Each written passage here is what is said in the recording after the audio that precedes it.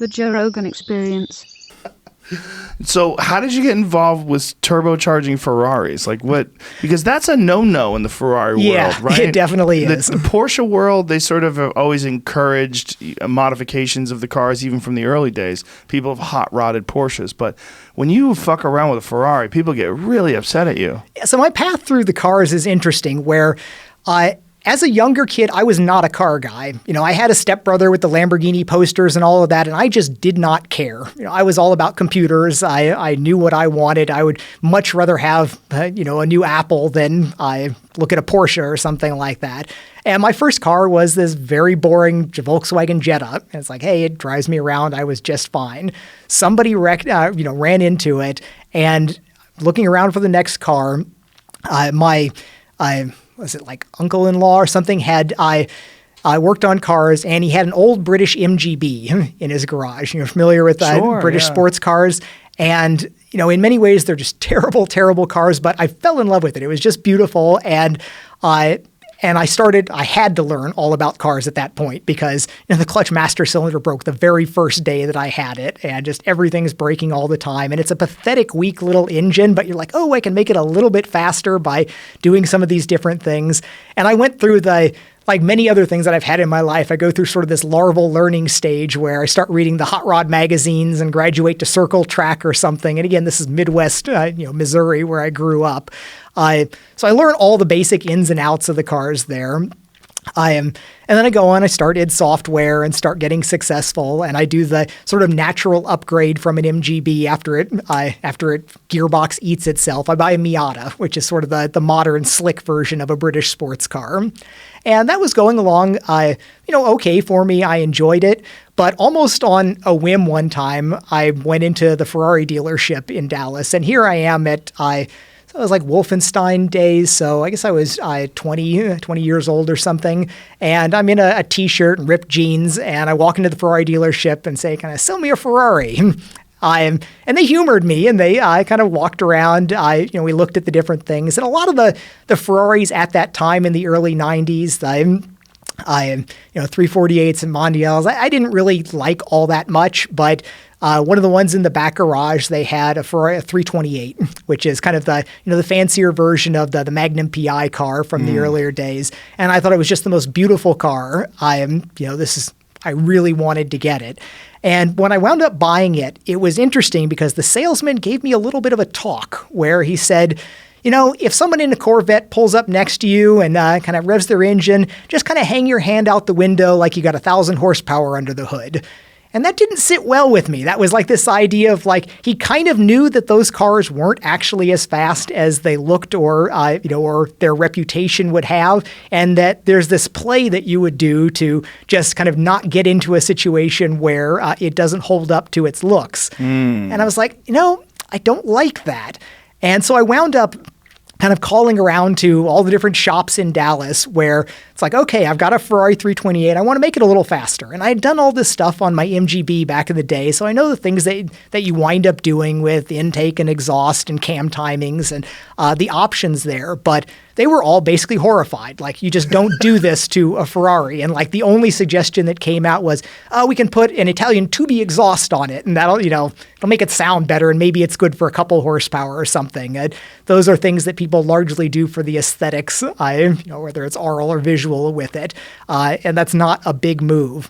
And right at about that time, John Romero at the office picked up, there was a copy of Turbo magazine back in the day.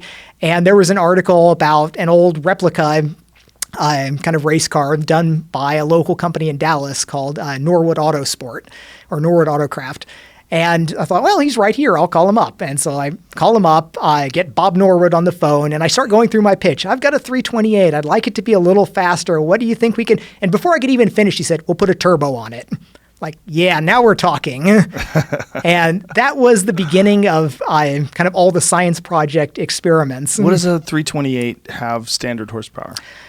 I think in the best, probably the European trim, it was probably around 300 horsepower. And what'd you get it up to with a turbocharger? So we went through a number of steps of this, and this is all swapping out all the computer electronics, different turbos. And eventually I melted the engine in it when it was at like 500 or so. And I went through a long history of melting many pistons in the different devices, in different cars.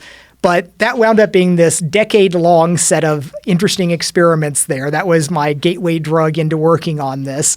And we're like, okay, we've made all this power in this system. We know it's kind of at the limits of a lot of things in the chassis. After we melted the engine there, we tuned it back down a little bit. That's the way so many engineering things wind up going. You go it until it breaks, then you dial it back a little bit, and you stay there. It must have been radically fast for a 328. It's very light, right? Yes. What is a curb weight? Well, it's not super light. I think it was like 3,200 pounds. Okay. But yeah, you could really feel it rear back when you went into it. And at high speed, it's a little bit darty if you start getting up in 150 plus miles an hour for that. So we thought, well, what's the next level? Where do we go from here? So he had done a twin turbo job on a Testarossa before, which is a much wider car. Stock, they would go 180, 190 miles an hour with the normal Ferrari trim. And it was a bigger 5-liter flat 12, so there's a lot more possibility for doing things there. So I got a Testarossa, and we said, all right, we're going to do the twin turbo job with intercoolers, with the new engine management systems. And we went through this long string of upgrades through this, which generally was like, okay, we melted the pistons, we broke the input shaft all these times.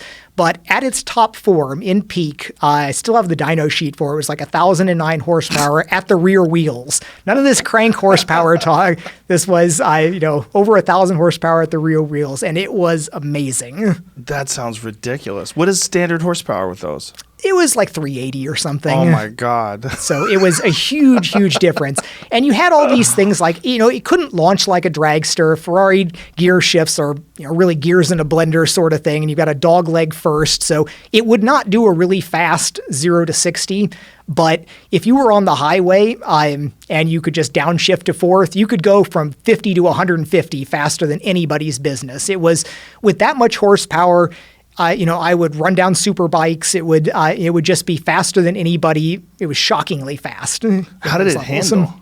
Really pretty well. So we had bigger tires, some stiffer suspension on it. It was not designed to be a super track car. I had taken all of my Ferraris to the tracks, but I was no pretensions about being any kind of an SCCA champion or anything. But I could move them around the tracks reasonably well. But the main thing about this was this just ungodly amount of power. It was this see Jesus effect when somebody takes a ride in it. And you're like, okay, we're going. You ready for this? And you have enough space. And for all of those years at id Software, our building was positioned off of this. We had this long highway access road that led down to it. And more often than not, I was working kind of night owl hours. And this car was so loud and kind of obnoxious in retrospect, but I had this personal drag strip basically every day when I would go there. And everybody in the building could tell. It's like, oh, John's coming, which was sort of the signal. Better get to work and look busy by the time he gets up here. But it was, especially in the early days before we got some traction control dialed in, it could get really squirrely just because when the boost would come up fast enough on there, it would tend to throw the car a little bit sideways. And I'm happy that I can look back and say, I never spun a car on one of the big cars on the streets. I did spin my little MGB when I was learning how to drive as a teenager, but I never did that with the big Ferraris on public roads. Although there was one time at the Motorsports Ranch when I pitched my F50 like through the infield, just spinning it around over and over. And we're like, well, there's the world's most expensive lawnmower.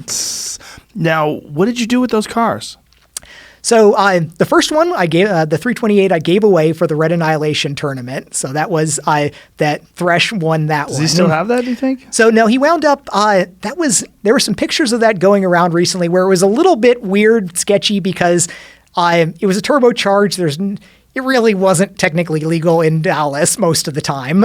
We would make it legal sometimes, but much of the time it probably wouldn't have passed an emissions test, and it really wouldn't have passed a California emissions test. So he wound up using it as he had it sort of in the lobby of his company for a while as kind of a conversation piece. And he did, I think, eventually wound up selling it. I think I got a message from someone last year that still had it, so it's still functional at this point, which is saying something because it had an early, almost almost one-off Haltech engine control system that probably no one can do anything to right now, and you'd probably have to completely replace it if something went wrong with it. The Testarossa, we eventually detuned it a little bit down to 600 or 700 horsepower or something, and somebody bought it from me. And I felt he might have been buying more car than he should have at that point. Well, because it's going to break again. It's going to have problems. Yeah. He wanted it, and I think that he got some great satisfaction out of it, but I know it broke again on him later, and I think he had to get rid of it. After that, then I had a Ferrari F40, which is a beautiful, beautiful car. And that was the only car that I didn't really modify. All we did was turn the wastegate and lock that off. So it was making all basically race trim F40 there. And the F40 is an interesting car in that it has, in those early days, the turbos weren't nearly what they are right now. It was a small engine, 2.8 liter, because it was spec'd for racing. It really was sort of a race car. And if you didn't wring its neck, it was a pretty slow car. If you just idled it off, it felt like a Honda Civic. It was terrible at the low end. You had to really rev it up and slip the clutch out, get it up on boost. But it was a great car because it was like this amazing race car that you're driving around on the road. And that was still where it didn't even have internal door handles. It had a little pull cord inside there, which led to the point where there was one time I was getting it valet parked, and you could tell the valet that had to go get the car for me is like, this is, okay, highlight of the week. He gets to go drive a Ferrari F40, and he pulls it up and he can't figure out how to open the door. So all of his friends, everyone else working with him are just kind of looking at him, and I had to come over and tell him how to get it out. So that went from the highlight to the worst day of his time there.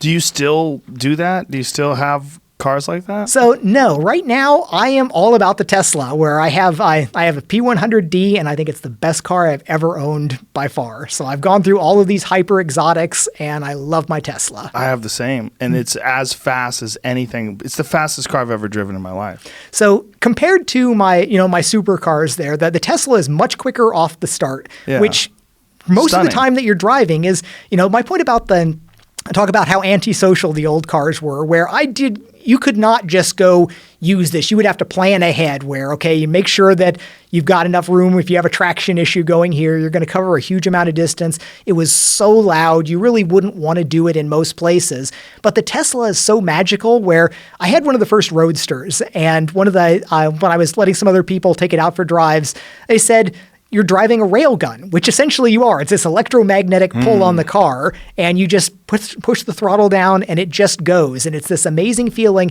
and it's not antisocial. Every stop sign you stop at, you've got traction control. It's not burning rubber. Right. You can just floor it every time you stop, and it's amazing. It just brings a smile to your face. It is this happiness machine. Well, the stunning acceleration is so confusing to people. My wife hates it. I've had people in my car, and I go, "You ready for this?"